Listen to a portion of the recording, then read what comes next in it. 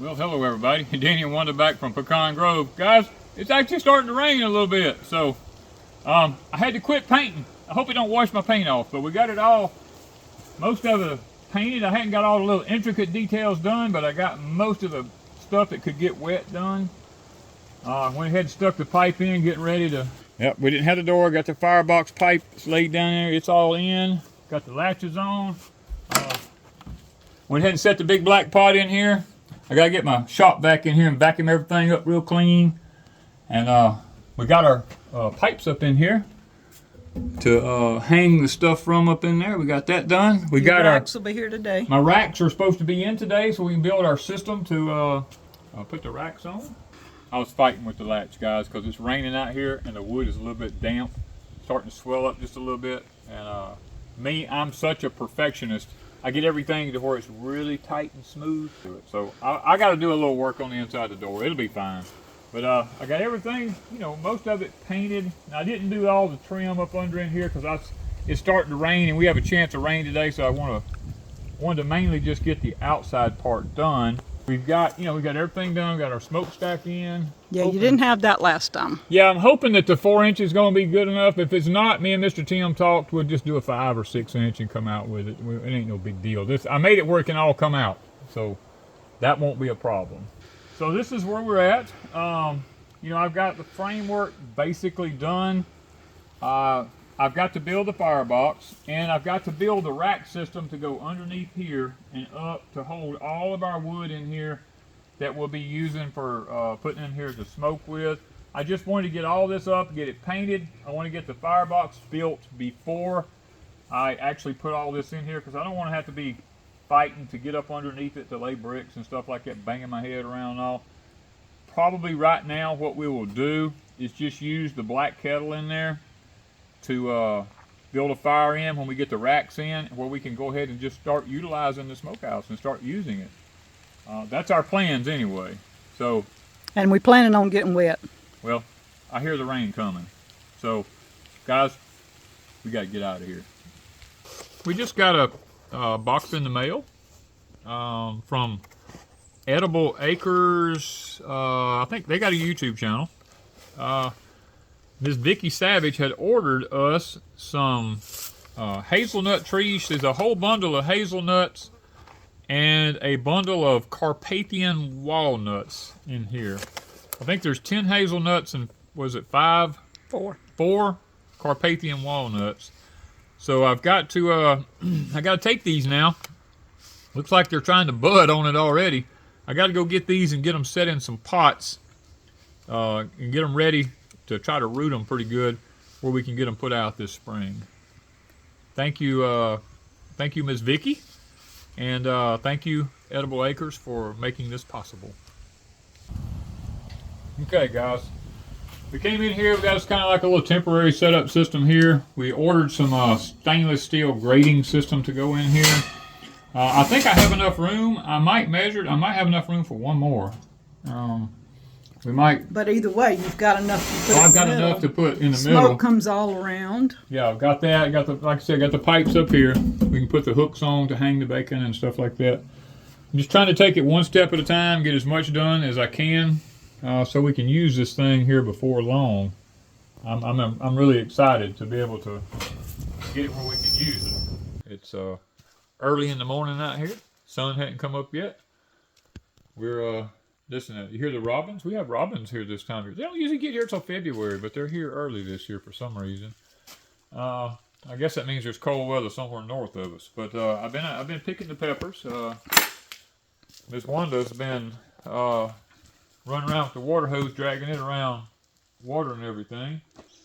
So I kind of took care of picking these peppers here. It's not like it's a jungle issue, but it is. These things are like, then they got to be like trees. But guys, we were just, these are air grafted trees. Y'all keep asking me about the air grafted trees. How are they doing?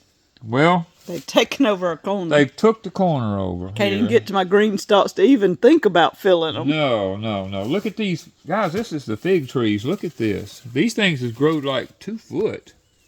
And they're just Cadillacing. I'm excited about that. My apple trees is They're up in here. Somewhere. Look at this. This is the apples right here. I don't want to break the top out of them, but you can see the new leaves all on them. The mulberries is taking over. Look at them things there.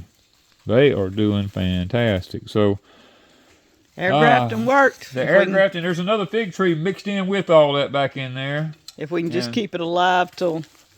Well, we're good to go now. I don't think we have anything to worry about. Till next spring? Yeah, till next spring.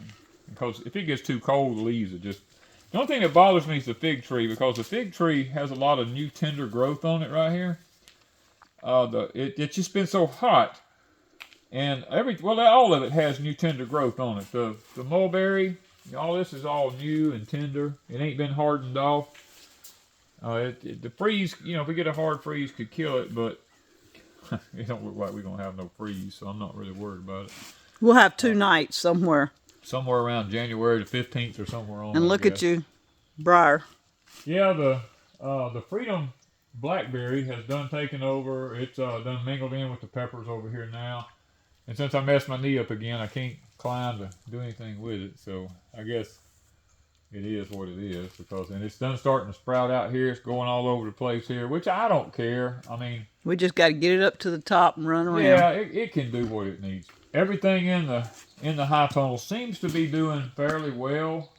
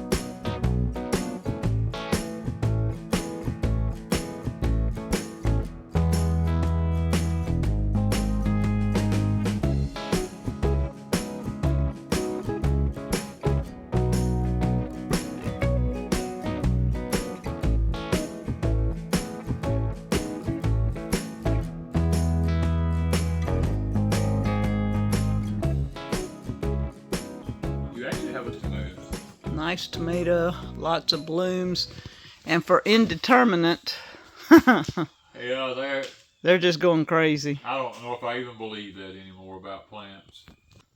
Well, this here, guys, is all of the hazelnuts that we got from this Vicky. I went ahead and potted all of them. I went out to our compost pile, got some compost, added a little rabbit manure, and some regular potting soil in with them. And then here we got one hazelnut, then we got 5 Carpathian walnuts. We got 2 mulberries and 3 Chilean hazelnuts, and then a couple of more regular just hazelnuts there. It's kind of funny that last time we done a video in here, which was I think like a week ago maybe, I said, well, when I get time, I'll put these Vego beds together. I don't know what time is, Well, I'm pretty well incapacitated now, and I can sit, So, maybe this coming week, I'll get to put these 2 raised beds together here, sitting in a chair in the high tunnel out here, getting that done. And they're going to go right in here? They're going to go right in here. I'll have to get the tractor and come move the pot and soil all out of the way and stuff like that. But, and we'll go ahead and get them set up in here. Well, we'll put one in, and then I can take the tractor and go get compost that we have made and put it in it, and then top it off with some of the back toe, and then put the next one in. Do the same thing again. And we can get those 2 in and get them done. That will have this end of the high tunnel, other than the GreenStalks here, it'll have this end of it pretty much taken care of, because we're going to put a GreenStalk over here. We're going to put a GreenStalk over there in the messy corner, and that will have this end of the high tunnel pretty much done, other than routing the grapevine up through the top up in there. We got to put some it's growing really well too. Yeah, we got to put some trellis system up in there for it to run on. And I've got 3 white seedless grapes over at Deep South Homestead I've got to bring over here. And I'm still kind of toying with where I'm going to put them, you know. What I may do is, see, we got to redo the front of the high tunnel up here. Because we got to get some more Vego beds up there. We need 4 more of them? Yeah, yes. We need 4 more Vego beds up there. And the Black Friday sale coming on, we might be able to make something happen with some of them. And if that's the case, then I'll take the 3 seedless grapes over yonder, and I may try to incorporate them in the front part up here somehow or other. What it looks like, this whole high tunnel is going to turn into a grape vineyard is what it looks like. Because I got 1 back here, I got 2 in the middle, and then I have 3 on that other end up yonder. And y'all know how grapes are. You have to keep them pruned back, but it looks like. And the Freedom Blackberries on top of it. Yeah, the Freedom Blackberries are mixed in with them, which the grapes and the Freedom Blackberries seem to go together okay. Come spring, we'll just see what's left in here, you know, because we're going to have some freezes happen, I'm pretty sure. And, I say that with maybe we will. If we can ever get back into a La Nina pattern, we probably will. But get out of this neutral phase, I guess we're in. But anyway, that's where the high tunnel's at. And, guys, we've had so much success with the Vego beds.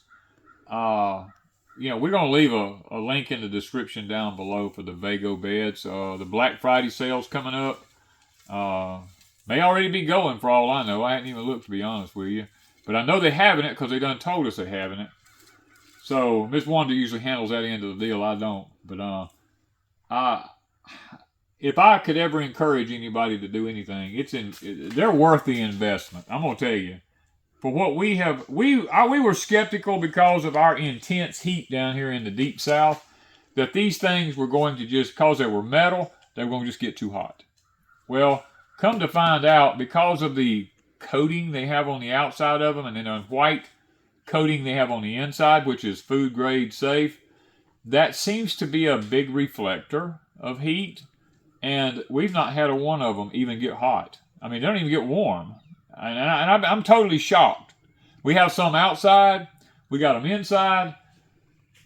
I highly encourage people to invest in them. I mean, I know they're a little expensive up front, and they have been for us. But mine and Wanda's way of looking at it is we're in our mid-60s, and if we put them in now, while we can, they're going to last the rest of our life. Where if we will buy this new the new treated wood is micronized copper, and micronized copper will last about 2 years in the Deep South. You might get 3 out of it if you're lucky. But then it rots, and you got to redo it, and that stuff's not cheap. And by the time you figure your time, your labor, and putting it in, and having to tear it all back out, buy it, and put it back in again, when you might not have the money to do it the next time, and then you got to try to hold all your soil in place while you're replacing all of it. For us, it's just been worth it to save and buy them whenever they go on sale, because we keep an eye out when they go on sale. We try to get them, And I'm not going to say that I regret it, because I do not regret it. At this point, it's all I'm probably going to try to buy from this point forward. So check out the description down below, and check the link out down there.